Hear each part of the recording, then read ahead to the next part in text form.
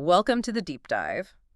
So, we've got a really profound and honestly pretty unsettling collection of source material a listener sent in. It details the immediate aftermath of this massive interstellar war. Mhm.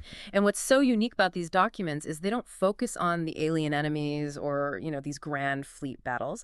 They focus on the breakdown of global stability right here on Earth. Yeah, the sudden terrifying breakdown, even after the external threat was gone. Exactly. And this deep dive is, it's tailor-made if you need to get a handle on how a world that just, achieved this ultimate peace can suddenly find itself teetering on the brink of a total cataclysm. Right. We're going to be looking at all the geopolitical maneuvering, but through the lens of individual brilliance, political manipulation, and some really intense personal risk. The core truth here is that the global scramble for power, it wasn't about tanks or ships anymore. No. It was about the most specialized strategic resource left, the minds of the children who led the fleets to victory. So that's our mission today. We're going to unpack this initial phase of global chaos.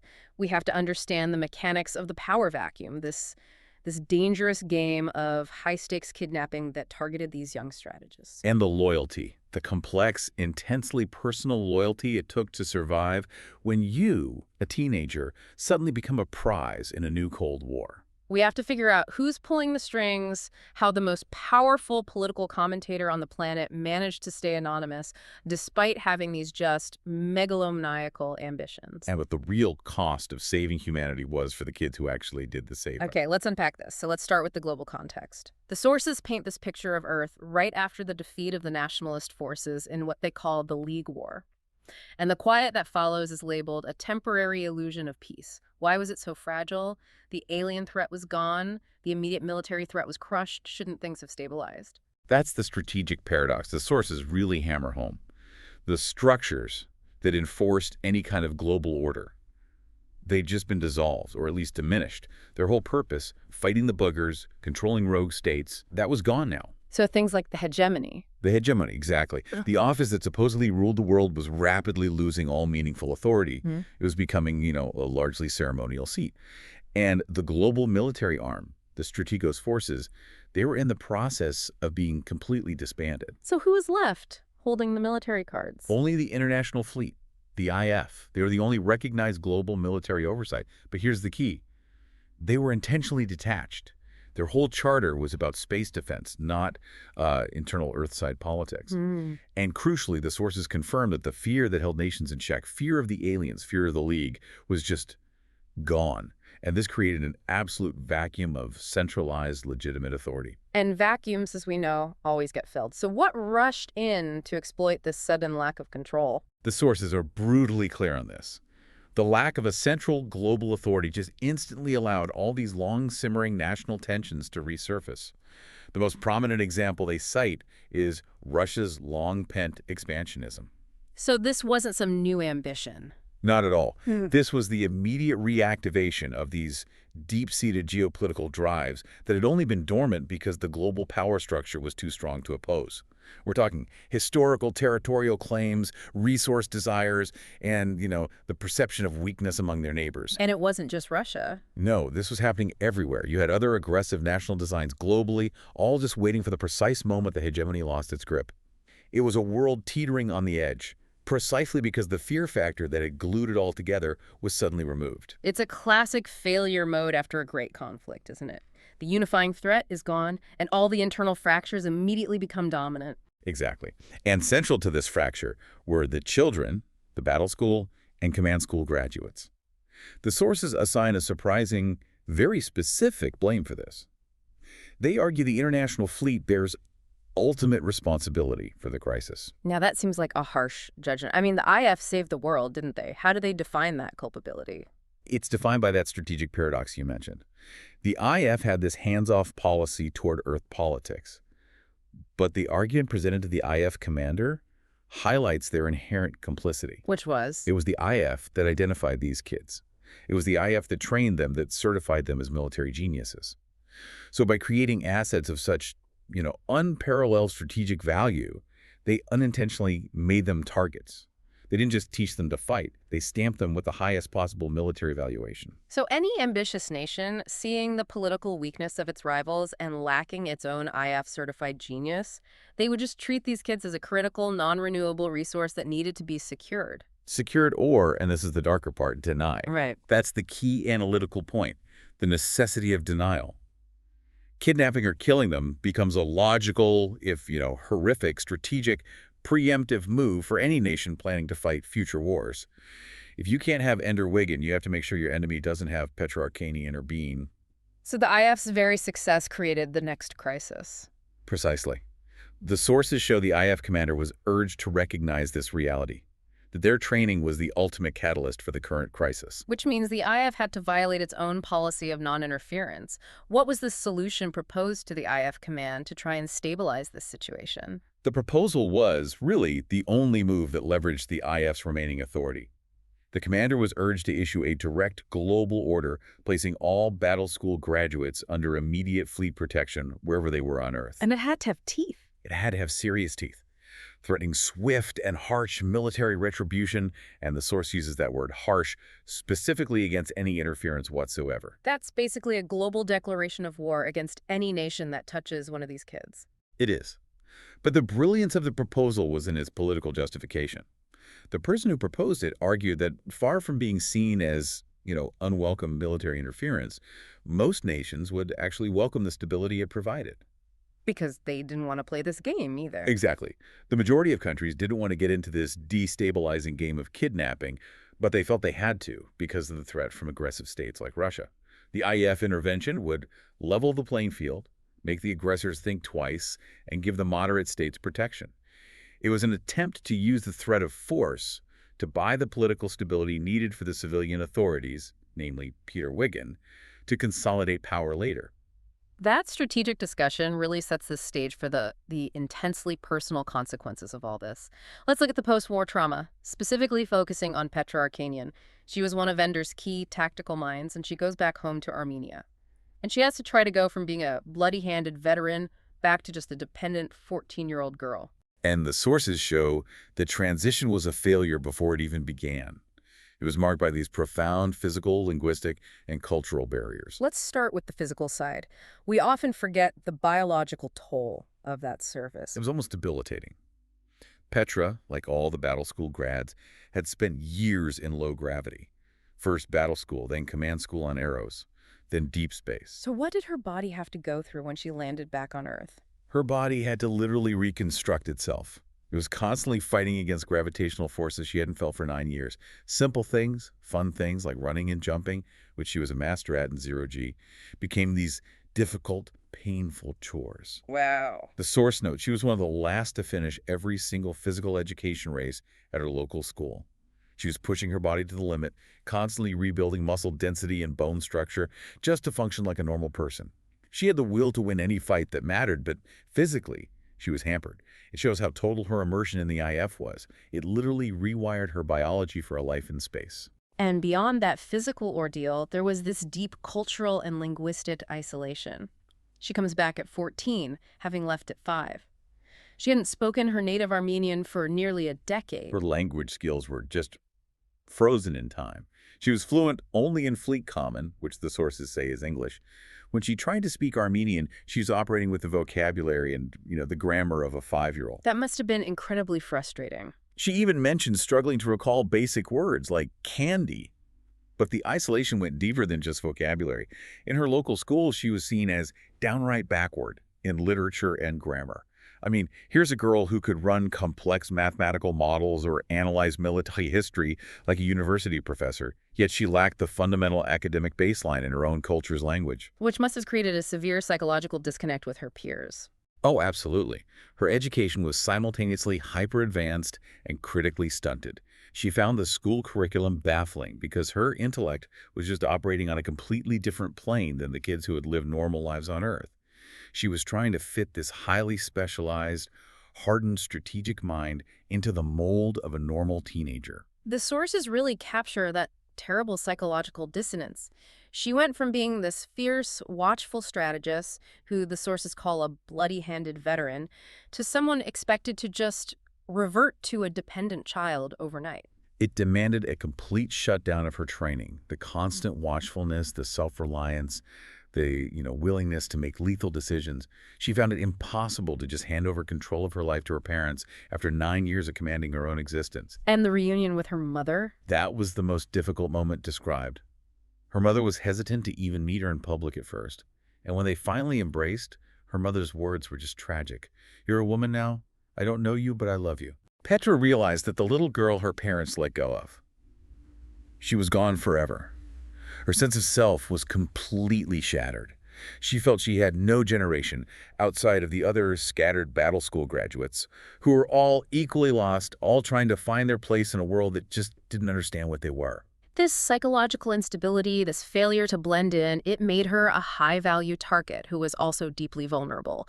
And the kidnapping was swift, but she detected the ruse almost instantly. The kidnappers were trying to start a geopolitical incident. They were posing as Turkish agents, aiming to implicate Turkey in kidnapping a high-profile Armenian strategist, trying to reignite old ethnic conflict. But her mind was still a weapon. It was still fully operational, even if her body was tired. She picked up on the ruse through these incredibly subtle linguistic cues. The Russian loanwords, right? Exactly.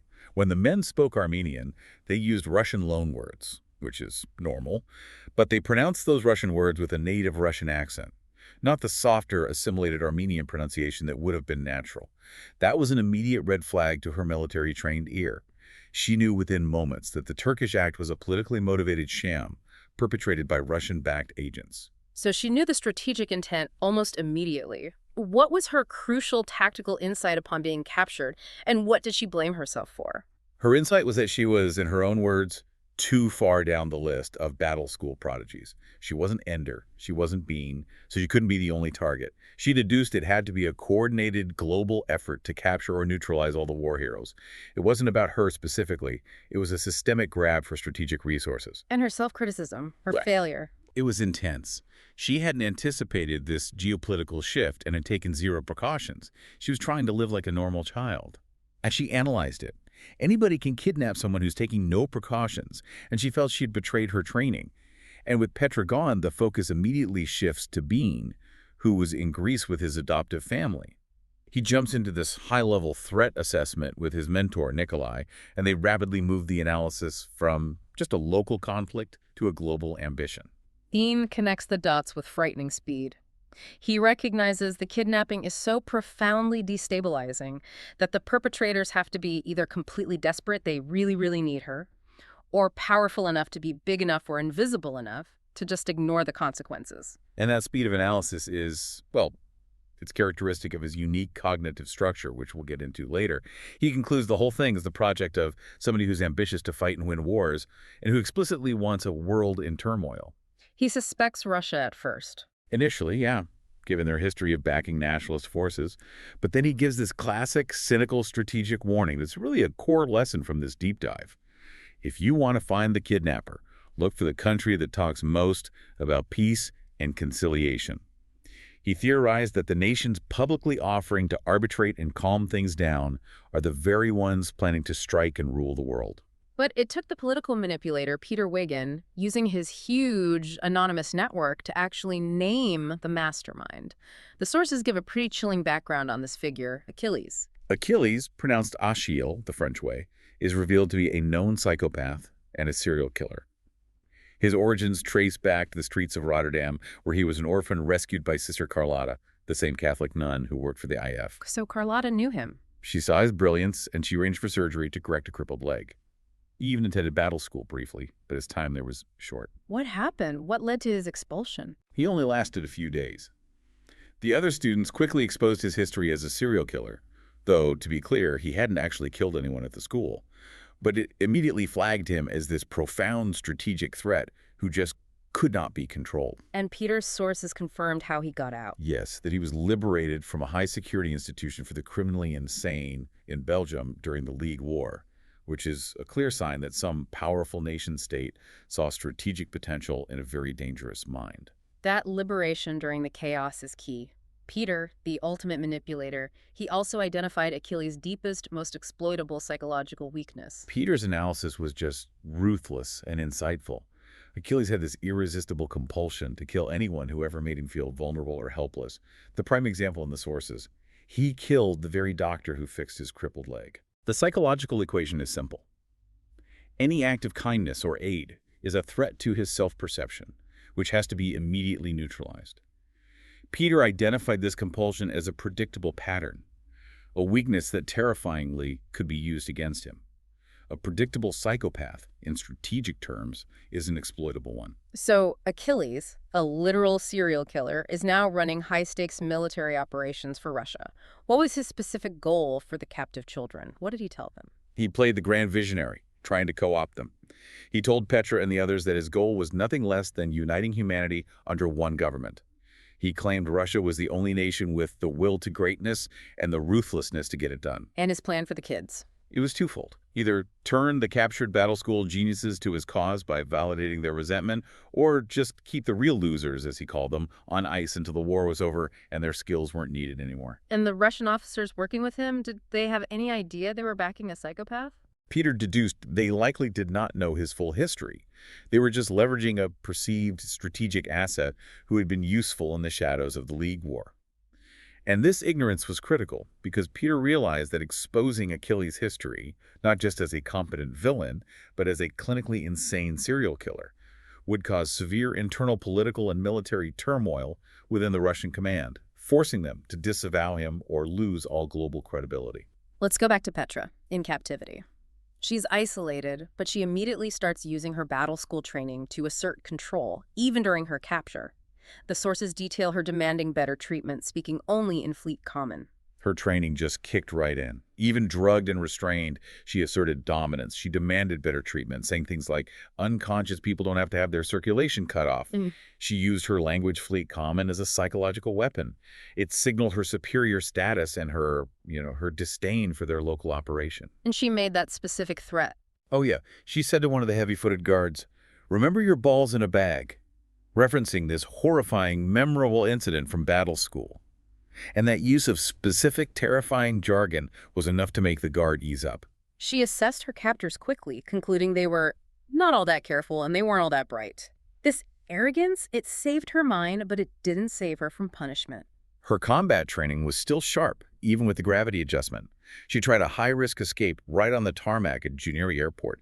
She executed this textbook, precise double kick. One to the groin, one to the knee, disabling the guard she'd already identified as an idiot. And she made a break for it. She did, proving her body was indeed reconstructing itself. But her training didn't account for the lethality of the adult world. Her escape failed because they were prepared with a sniper team using a drug dart to immobilize her. And that failure led to her punishment. Isolation in an underground bunker. How did she cope with the solitary confinement that was designed to break her? This is where her superior mind was her greatest weapon. To combat the silence and the profound loneliness, she didn't just passively recall memories. She actively used her mind to run simulations and rewrite her personal history. She recalled memories by the sheaf, by the bale, reliving old conversations with friends. And she created new versions of them. Exactly. That was the crucial part. She created new versions where she got to say all the clever, witty, insightful things she had only thought of later. This wasn't just coping. It was intense mental training, keeping her strategic edge sharp. She also kept a physical calendar, right? Yes, a small but vital detail. She maintained a calendar by pressing her fingernail into her wrist until it bled to track the days. This tangible link to time kept her from losing her grip on reality. She eventually realized the captor's strategy was just to outweigh her until she was mentally useless. So she made a calculated decision to feign compliance. She leveraged her known psychological weakness, the fact that she'd famously broken during the final battles on Arrows, to make that fake compliance seem utterly plausible to her captors. So once she's released, she joins the other battle school children, Ender's Jish, who are being forced into what the sources call a dumbed-down battle school. They were made to plan strategy for these ridiculous conflicts, like Russia versus Turkmenistan or Brazil versus Peru. It was a horrific waste of talent, a psychological prison disguised as a classroom. And their collective resistance was masterful because it was so subtle and so unified. They would purposefully introduce dumb mistakes into their war plans and deliberately hold back their true, sophisticated capabilities. They made their plans just good enough to seem plausible, but containing fatal flaws that a real enemy would exploit. And they showed their contempt for the adult teachers by reciting military theory. It was their ultimate sign of disdain. They would recite these lengthy paragraph after paragraph quotations from von Clausewitz, the dense fundamental military theorist, Yeah. just to show their superior encyclopedic knowledge and their utter contempt for the simplistic Cuso problems they were being assigned. They used knowledge as a shield and as an act of defiance. But Achilles, he was clever. He tried to win them over through psychological manipulation by validating their deepest resentments. He was a master at finding the psychological pressure point. He tried to turn them by exposing their vulnerability. That they were bloody-handed veterans who were just sent home to be raised by parents who let them go when they were young. He played on that pain of being outsiders. Exactly. The raw, painful fact that they were all outsiders, trying desperately to fit back into families who didn't know them anymore. And while the children admitted to feeling this sense of displacement, bringing it into the open, didn't make them love Achilles. It just made them feel understood by a monster. And their ultimate defense, their shared moment of defiance, was invoking Ender Wiggin. They frequently brought up Ender, knowing he was out of the reach of these bastards in space, which gave him this almost mythical status. They hoped that the IF would be forced to use his name, or at least the possibility of his return, to counter the foolish Russian geopolitical plans Achilles was cooking up. It was a mutual act of blowing smoke, a signal that their loyalty lay far beyond the walls of their prison. The sources detail Achilles' specific attempt to turn Petra by using Vlad, a battle schooler from Dragon Army. Why did Achilles pick Vlad for this job? Vlad was a strategic choice. He was the only other battle schooler in Ender's Geesh who had also broken down during battle, which gave them this unique, shared bond rooted in that perceived moment of weakness. Achilles thought that connection would make Petra vulnerable. And what was Vlad's pitch? It was deeply geopolitical. He argued that his home country, Belarus, didn't mind Russia coming out on top, and that Armenia Petra's home would get a special place in the new order if Petra just cooperated and used her skills for Achilles. Petra's reaction was brutal and strategically revealing. She chose truth over self-preservation. She knew she was speaking the truth to Achilles' agent, and that it would probably guarantee her death, but she went for it anyway. She told Vlad point blank, "He'll make sure nobody knows any of us existed, and he'll kill us when he's done with us." But the honesty served a greater purpose. It did. In the profound emotional wake of that conversation, she realized Achilles' flaw. He understood grand strategy, but he was imperfect in psychological application. He missed the fleeting moment of weakness, right after Vlad left, where she felt so isolated and despairing that she would have cooperated. That critical oversight proved Achilles was clever, but not perfect. He had failed to account for true human nuance. And as Petra was enduring this psychological warfare, Peter Wiggin, Ender's older brother, was playing a parallel, equally high-stakes game of political manipulation entirely on the global information nets. He was using his two famous anonymous identities, Locke, the rational peacemaker, and Demosthenes, the hot-blooded demagogue. Peter's ambition was truly global, but it was based purely on intellectual leverage. The sources are careful to explain his goal wasn't, ephemeral conquest like Napoleon or Hitler. It was to build an enduring system of control through influence. He believed the Hegemon office, even though it was weak, was the necessary foundation for ruling the world by defining the conversation. And his power was built on prestige and totally reliant on his anonymity. If his identity as an underage college student were ever revealed, and his age was his key liability, his sources would dry up, and his personas would instantly become ignorable. So he was constantly protecting his position. Constantly. He lived in fear of being unable to act when a real war broke out, realizing he'd suddenly look about as clever as the French when the Blitzkrieg rolled through. Impotent and brilliant, but ultimately irrelevant. Protecting his prestige was protecting his only source of power. This brings us to Peter's most significant strategic move during this period, the Achilles exposé. This wasn't just gossip, it was a calibrated act of power. How did he get the information, and how did he use it for maximum impact? He got a crucial tip, likely from Sister Carlotta's network, or maybe a sympathetic IF contact, detailing Achilles' escape from the mental hospital in Belgium and confirming his history as a diagnosed serial killer. Peter wrote what the sources call a dynamite column and published it as Locke. Naming Achilles as the psychopath mastermind behind the Russian operation was the trigger. But the truly masterful stroke was the strategic spin he put on the revelation. It wasn't just a brutal accusation. No, it was a lifeline. Peter generously gave the Russian government and military an immediate politically viable way to extricate themselves. He suggested in the article that Achilles' bloody record must have been concealed even from them. Ah, plausible deniability. Exactly. It allowed the Russian command system to claim ignorance, disavow Achilles immediately, and internally clean house without losing face on the global stage. It was this elegant provision of an off-ramp, ensuring that Locke Peter's persona was seen not as an enemy of Russia, but as a neutral, rational truth-teller. And the timing of the publication was everything, wasn't it? Peter deliberately held it back. He knew that if he had released it too early, it would have been dismissed as a conspiracy theory, an act of futility. He waited until global destabilization was high and the internal turmoil in Russia was ripe. He needed the publication to be an act of power instead of an act of futility. By timing it perfectly, he protected and cemented his prestige as an essential political insider who truly mattered. But Peter was still facing this major threat of exposure, particularly from India's Pulmarch Chamarjanagar, who knew Peter's real age. He needed a way to enter public life without destroying his prestige as a teenager. And that's where Sister Carlotta's Hegemon ploy came in. It was a stroke of strategic genius, almost performance art. Carlotta, working with her high-placed contacts in the Vatican and with Graf, who is now the Minister of Colonization, she orchestrated the first step, floating Locke's name as a candidate for the vacant Hegemon office. But the goal was never for him to actually take the office right away. No, the genius was in the pre-planned public rejection. Peter's response was a public decline of the honor. He confessed, as Locke, that he was merely a teenager, Ender Wiggin's older brother, and therefore too young to hold such massive public trust. This move created a profound paradox. It did. By publicly and selflessly declining the highest office on Earth, he immediately gained the moral authority necessary to be accepted as hegemon later.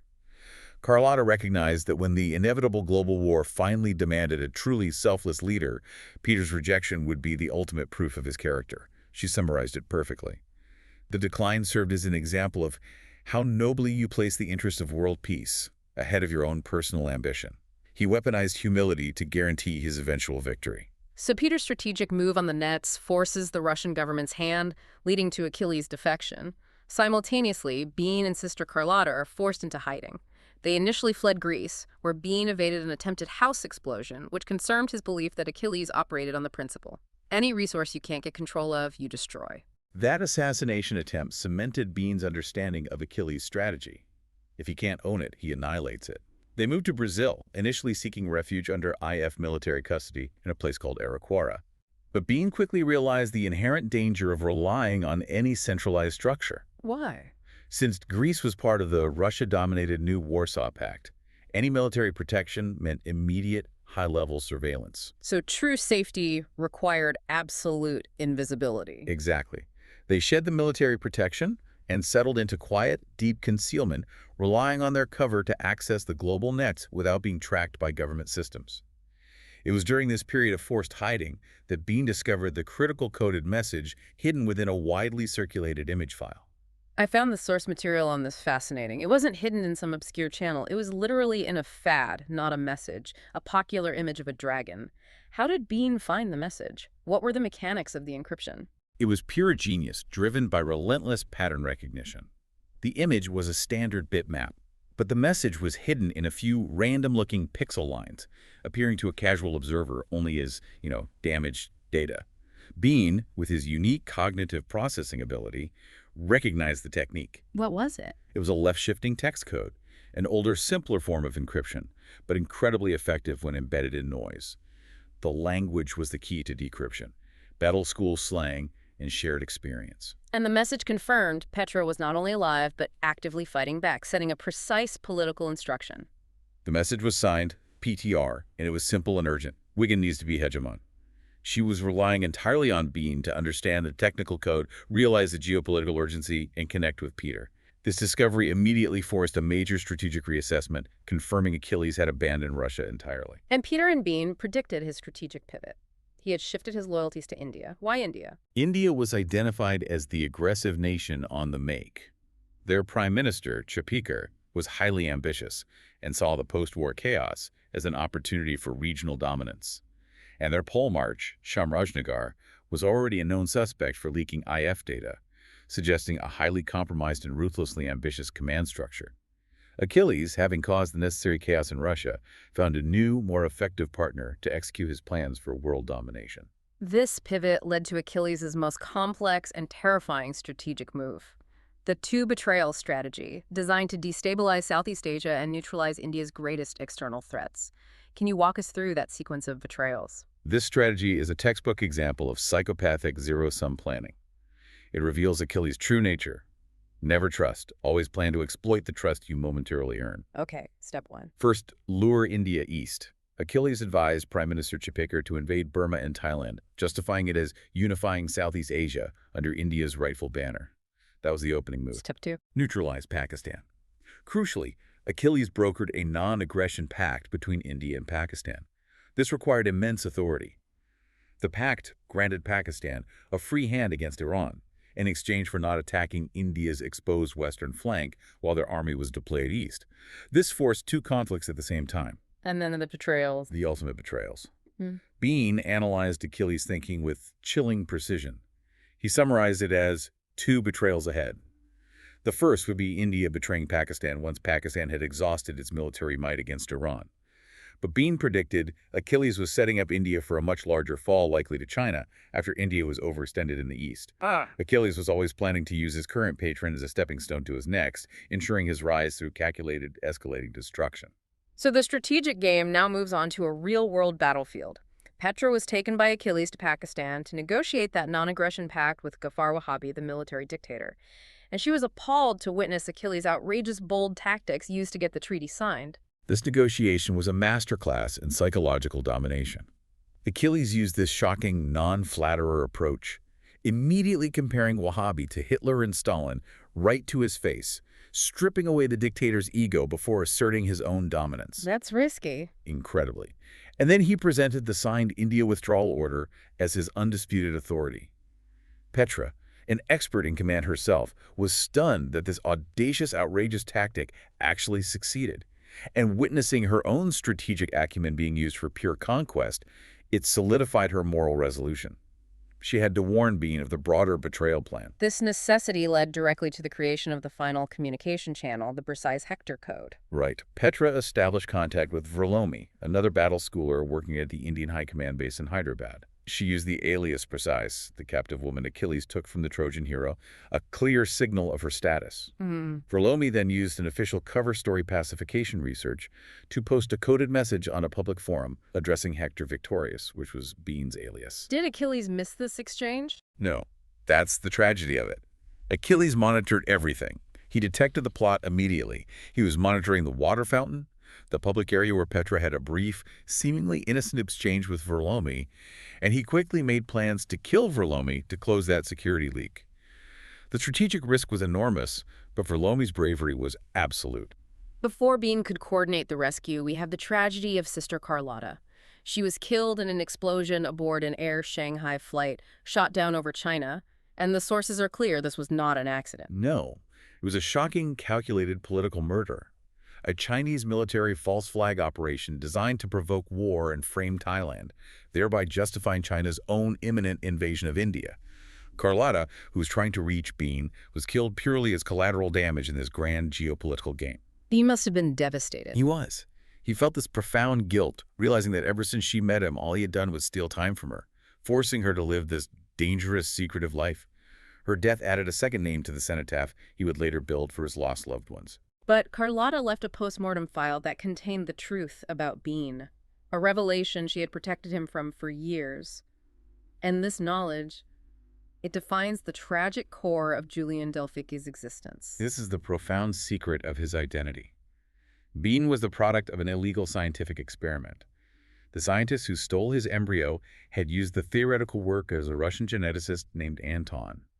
And Anton's key is described as a double key in the human genome, dealing with intelligence and growth regulation. And in Bean's case? In Bean's case, the intelligence key was turned on, meaning his brain was never allowed to freeze in its development.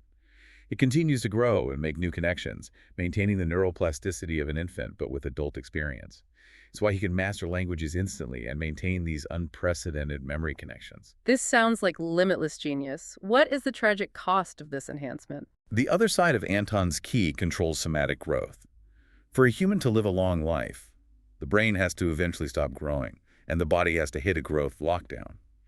Since Bean's brain continues its unchecked growth, his body has to follow suit. The sources explain he'll grow steadily taller and larger, becoming a sort of giant, until his heart gives out or his spine collapses. So he'll die young. Very young, possibly before age 20. Carlotta delayed telling him this heartbreaking truth to give him a period of innocence and hope, but her death forced the knowledge upon him. Bean realizes the ultimate irony. His brilliance is a death sentence. Fueled by this tragic revelation and the loss of Carlotta, Bean launched the rescue. Peter's expose was published, triggering the Chinese invasion of India and forcing Achilles to move his hostages. Bean, now appointed to a strike force by his friend Surya Wang in the Thai military, launched the rescue on the Indian High Command base in Hyderabad. And the operation was intricate, relying on precision timing and psychological warfare. For Lomi, using her Briseis alias and the cover of the approaching Thai choppers, staged this dramatic ritual walkout. She used sheer bravado and acting to convince the Indian soldiers she was a magical being controlling the entire military operation. And that gave Surya Wang the opening he needed. It did. That dramatic pause allowed Surya Wang to extract her. Meanwhile, Petra confronted Achilles directly in the compound. She had the chance to kill him, but didn't. Why did her training fail her in that lethal moment? She fought brilliantly.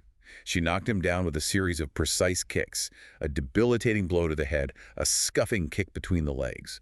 She had the chance to deliver a killing blow, but her instinctual battle school training took over. What do you mean? Battle school taught disablement, never lethal force. Her ingrained reflex limited her actions to just disabling her opponent, not killing him, which allowed Achilles to survive long enough for help to arrive. And this brings us to the shocking climax. Bean arrives, and rather than killing Achilles or taking him prisoner, he chooses to let the Chinese military retrieval team take him alive. This seems strategically and emotionally counterintuitive. It was the ultimate sacrifice, and it was rooted in both moral conviction and cold strategic analysis. Bean, having just absorbed Carlotta's final moral instruction, felt she had asked him to leave vengeance up to God.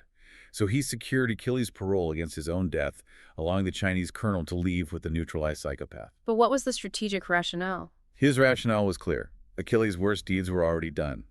Now that his history was exposed, he would rule only by fear, making enemies daily.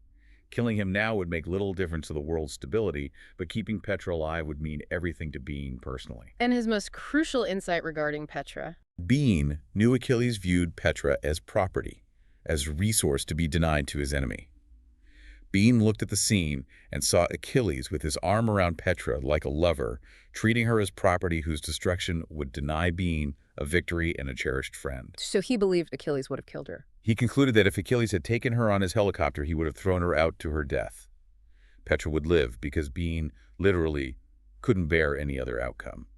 His final strategic move was an act of profound, protective love, overriding any strategic necessity.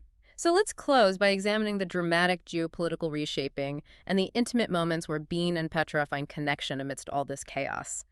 The global map is radically transformed by the end of this deep dive. It's a radically new world order, established by force and betrayal. China conquered India swiftly, forcing the Prime Minister to surrender and declare Pakistan the new government of the Indian people now. A diplomatic nightmare designed to maximize regional instability and Chinese influence. And Russia. Russia, having shed Achilles, joins China, creating the new Warsaw Pact Empire, incorporating large swaths of Eastern Europe. And this chaos, ironically, was the precise opportunity Peter Wiggin had been waiting for. Peter Wiggin was confirmed as Hegemon, moving the capital to Brazil, safely outside the direct influence of the new Chinese-Russian axis. He revived the title of strategos and appointed Bean to lead his minimal military force. What was the reality of Peter's new office? Peter was pragmatic. He knew the office had to be greatly diminished before the world powers would trust him with it. He was a hegemon without a hegemony, controlling only about a third of the human race and administering a minimal tax base. But his intention was clear. Oh, absolutely. to use the prestige he had painstakingly built and sparingly spent to create the office he wanted, one where the Hegemon speaks and wars stop not because of armies, but because of moral authority. By immediately reviving the title of strategos and appointing Bean, the renowned military genius, he legitimized his military capability and signaled his intent to enforce peace strategically, even with minimal resources. The new hegemony compound in Ribeirão Preto, Brazil, it became a safe haven for the displaced battle school families. Yes. The Delphiki and Arcanian families, along with others connected to the graduates, they all relocated there, forming a core community safely insulated from the influence of the new Warsaw Pact in China. It was there that Bean created a private cenotaph for Poke, his street guardian, and sister Carlotta, since no bodies had been recovered. And he called it his place of shame. He did, for the lives he felt he had cost, through his actions and ambitions. But Petra, she viewed his self-condemnation with this loving clarity. Her declaration of love and loyalty is one of the most powerful moments in the source material because it's rooted in this mutual, terrible understanding. She told him there's no shame here, only love. She declared that she belonged there, with the others who had committed their hearts to him. Her statement was profound. You're the one who knows what I'm talking about. She recognized that Bean, who had seen her at her lowest moment, when she broke down on Eros, and who had shared this unimaginable military and personal trauma with her, was the only person who could truly understand the deep, irreparable changes the war had wrought on her. And it was in this moment of intimate trust and connection that Bean finally revealed his accelerating fatal growth condition. Bean was convinced he was an anomaly, a failed experiment. He believed he was not human and that his species dies with me. He made this tragic vow, rooted in his prognosis, I'll have no wife, Petra, no babies. He was determined to live a short life dedicated to a great cause, believing personal happiness was unattainable and dangerous given his limited time. He viewed himself as a tool for Peter's use. But Petra immediately countered this tragic declaration with a promise that focused on life, legacy, and the continuation of memory. She refused to accept his self-pity or his solitary fate. She promised him that she would marry and have children, and that she would tell those children the stories of Poke and Carlotta, ensuring their memories survive through his legacy. Since they were taken from the world too soon, they never got to see their children grow up. But their story, rooted in sacrifice and loyalty, would continue through the children Petra would have. She essentially told him, your legacy will be achieved through the lives that follow yours, not by your death. What's fascinating here, as we synthesize this whole dive, is how the largest geopolitical shifts, the fall of India, the rise of the new Warsaw Pact, were triggered by incredibly small, highly personal acts. Peter's brilliant timing on an anonymous article, Petra's whispered alias Brises in a public fountain, and Achilles' predictable psychopathic need for constant validation and the annihilation of those who helped him. Right. The children's strategic value was undeniable, but their loyalty and their humanity ultimately proved to be the most powerful and often the most dangerous force in this new world order. And here's where it gets really interesting. Peter Wiggin achieved his world-spanning ambition, but he lives under constant threat, serving in an office of diminishing returns, needing to constantly rely on the prestige he painstakingly built. He won the world, but his power remains fragile. You contrast that with Bean, the brilliant strategist, with seemingly limitless cognitive potential, who has a maximum of maybe 6 or 7 years left. He's forced to face a life that ends just as his capacity for command truly begins. Yeah. So what does this all mean for you, the learner, trying to rapidly assess complex global situations? It means that sometimes the fate of empires is decided not by the size of the armies, but by the smallest, most personal weaknesses. Achilles' compulsion to murder those who made him vulnerable, or Peter's need for approval masked by selflessness. And that the greatest strength in a time of chaos is not strategic brilliance alone, but the unyielding loyalty of a few fiercely honest friends like Petra and Bean. Indeed. It forces us to ask a difficult question that defines their generation. If Bean, knowing his fate that he will die in the young, willingly accepts the mantle of strategos to aid Peter's cynical ambition, is a short life dedicated to a great selfless cause inherently more valuable than a long life centered on personal gain and safety. And what kind of legacy, scientific or moral, remains after the shortest, brightest lives? The answers, as always in this chaotic world, remain for you to decide.